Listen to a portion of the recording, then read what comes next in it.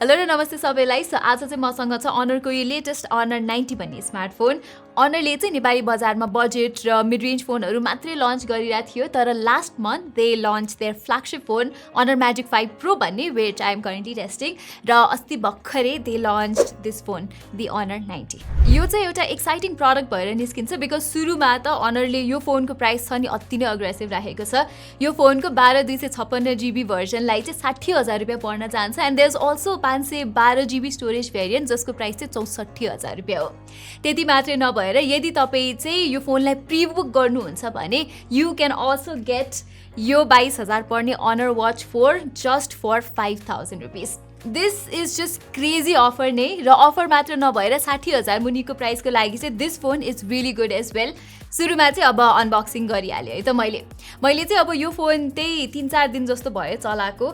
So okay, यो बक्सभित्र चाहिँ first we have the phone itself. मसँग चाहिँ यो लाइट ब्लू कलर भेरिएन्ट छ भने नेपालमा अर्को ग्रिन कलर भेरिएन्ट पनि अभाइलेबल छ, तर मलाई चाहिँ पर्सनली यो colour I think it looks much better. बक्समा चाहिँ अनरले यो 66 वाटको फास्ट चार्जर पनि प्रोभाइड गरेको छ जसले चाहिँ यो फोनलाई त्यही लेस देन 1 आवर जतिमै नै फुल चार्ज गरिदिन्छ। त्यो बाहेक we have some paperwork, sim ejector tool र एउटा ट्रान्सपेरेन्ट केस पनि। ओके, सो लेट्स सी यो 60-70 हजारमा चाहिँ नेपालमा पाउने फोनहरू के छन् त। फर्स्ट वी हेभ स्यामसङको ग्यालेक्सी A54 जुन चाहिँ नेपालको highest selling mid range phone हो, तर त्यो फोनको पर्फर्मेन्स चाहिँ त्यति राम्रो छैन र you don't get a charger inside the box as well. Then we have रियलमीको 10 Pro Plus र OnePlus Nord 3 जुन चाहिँ नेपालमा अति नै ओभर प्राइस भएर लन्च भएको छ। सो यो तीनवटा फोनहरूलाई हेर्ने हो भने चाहिँ अनर 90 एउटा निकै वेल ब्यालेन्स्ड फोन भएर निस्किन्छ। फर्स्ट अफ मलाई यो फोनको डिजाइन चाहिँ एकदमै नै राम्रो लाग्यो। यहाँ चाहिँ अनरले ठुलै साइजको 5000 mAh को ब्याट्री राखे तापनि इट्स क्वाइट स्लिक र लाइट वेट पनि, just 183 grams weight with 7.8 millimetre thickness, र यो कलर विथ यस्तो ब्रस टाइपको matte finish feels really good and refreshing. Hands on feel पनि राम्रो छ, आर्गोनोमिक छ। अब आर्गोनोमिक भन्नाले चाहिँ यसको weight distribution is very even, जसले गर्दाखेरि चाहिँ टाइप गर्दा होस् वा हातमा लामो समयसम्म राख्दा अनकम्फर्टेबलै फिल चाहिँ हुँदैन। यहाँ पछाडि र अगाडि चाहिँ सटल तरिकाले कर्भ्स पनि भएको तपाईँले पाउनुहुन्छ जसले गर्दा ग्रिप पनि यहाँ मजाले बस्छ। यो डिजाइनको जस्ट एउटा कमी कमजोरी भनेको चाहिँ यहाँ ओफिसियल आइपी रेटिङ चाहिँ छैन, तर ओभरअल डिजाइन र बिल्ड क्वालिटीमा चाहिँ हुआवेको नोभा सिरिजको भाइब दिन्छ यो फोनले। डिस्प्लेको एरियामा पनि Honor 90 is just crazy good. DXO मार्कको अनुसार यो फोन चाहिँ अब गोल्ड सर्टिफाइड छ अरे विथ 140 स्कोर, विच मिन्स यो डिस्प्लेमा चाहिँ तपाईँले बेस्ट इन क्लास एक्सपिरियन्स पाउनुहुन्छ with no compromises on quality at all. मेरो युसेजमा पनि आई वाज रियली सरप्राइज यसको डिस्प्लेको क्वालिटी हेरेर। It's actually even better than स्यामसङको Galaxy A54 or Realme 11 Pro Plus। Specs wise चाहिँ तपाईँहरूले यहाँ फ्ल्यागशिप फोन अथवा भनौँ कि 1 लाखभन्दा बढी पर्ने फोन्सहरूमा पाइने फिचर्सहरू नै भेटाउनुहुन्छ यहाँ, जस्तै यहाँ 6.7 इन्चेसको 1.5K रेजोल्युसन भएको 120 Hz AMOLED प्यानल छ, 10 बिट कलर डेप्थ छ, 1600 निट्सको म्याक्स ब्राइटनेस, HDR10+ र एकदमै मिनिमल बेजल्स छ। सो मुभिज अथवा टिभी सोजदेखि लिएर टाइप गर्दा सबै कुरामा you will definitely enjoy using this phone. र अनर 90 चाहिँ यो वर्ल्डको पहिलो फोन हो with TUV Rheinland flicker free certification. सजिलो भाषामा भन्नुपर्दा फोन चलाउँदाखेरि टाउको दुख्ने समस्या हुन्छ नि कसैलाई 38-40 Hz PWM डिमिङले गर्दा, यहाँ त्यो समस्या चाहिँ हुँदैन। त्यसै गरी हार्डवेयर लेभलको ब्लू लाइट फिल्टर पनि छ यो डिस्प्लेमा, जसले गर्दाखेरि चाहिँ अगेन हार्मफुल ब्लू लाइट्सहरू चाहिँ कम रिफ्लेक्ट हुन्छ। यो फोनको इन डिस्प्ले फिङ्गरप्रिन्ट सेन्सर पनि निकै फास्ट र एक्युरेट छ, र साइड बटन्सहरू पनि ट्याक्टाइल छ र राइट लोकेसनमै छन् कि।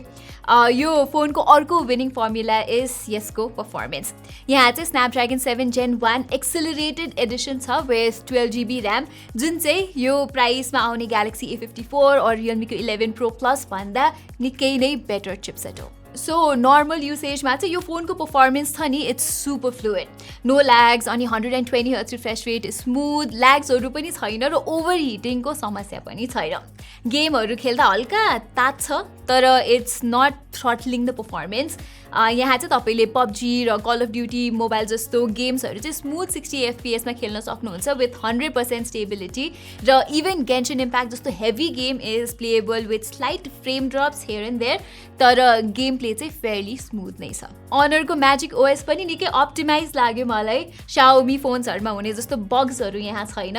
र RAM management is also good अलिकति युज टु हुन चाहिँ टाइम लाग्छ म्याजिक ओएससँग तर it's a good experience overall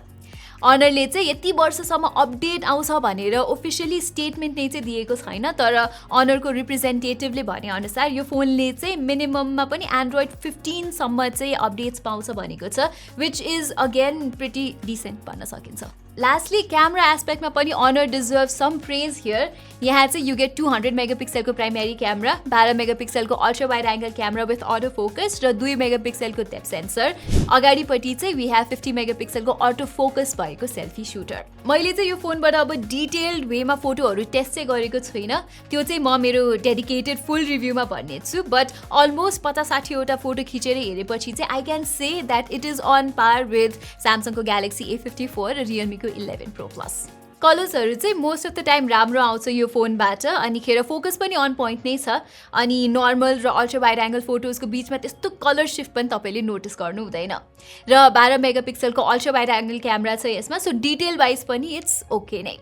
portrait सट्सहरू पनि मलाई मजाको लाग्यो ब्याकग्राउन्डको ब्लर अनि कन्ट्रास्ट लेभल स्किन टोन सबै राम्रो छ सो प्राइस अनुसार चाहिँ you get a very good camera setup यहाँ तर यो क्यामेराको स्ट्यान्ड आउट फिचर भनेको चाहिँ यसको सेल्फी क्यामेरा हो 50 मेगापिक्सलको सेन्सर छ सो सेल्फिजहरू एकदमै राम्रो आउँछ जे होस् अलमोस्ट फ्ल्यागसिप लेभलको नै छ भिडियोग्राफी एस्पेक्टमा पनि 4K 30 FPS सम्म खिच्न मिल्छ नर्मल अल्ट्रा वाइड र इभन सेल्फी क्यामेराबाट सो द्याट इज नाइस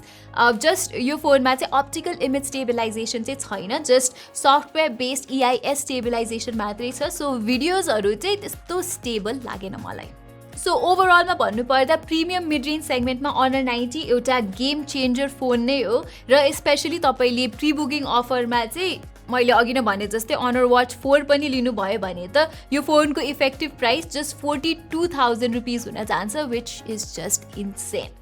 3 वर्ष जस्तो अगाडि चाहिँ Huawei र अनरको ब्यानपछि अनेस्टली भन्नुपर्दा प्रिमियम मिड रेन्ज सेगमेन्टमा चाहिँ स्यामसङ र वान प्लसको एक किसिमको मोनोपोली नै थियो तर I am finally really glad to see fierce competition from Honor at the end of the day यस्तो healthy competition means we as a consumer get all the benefits anyway यति भन्दै म चाहिँ भिडियोको अन्त्यमा आइसकेको छु अनि साथै म चाहिँ honour 90 versus A54 versus Realme 11 Pro Plus versus Note 3 को कम्पेरिजन पनि चाँडै नै लिएर आउनेछु र बाइगाई टाइपको भिडियो पनि लिएर आउनेछु so don't forget to subscribe अनि thank you so much for watching र सी यू सुन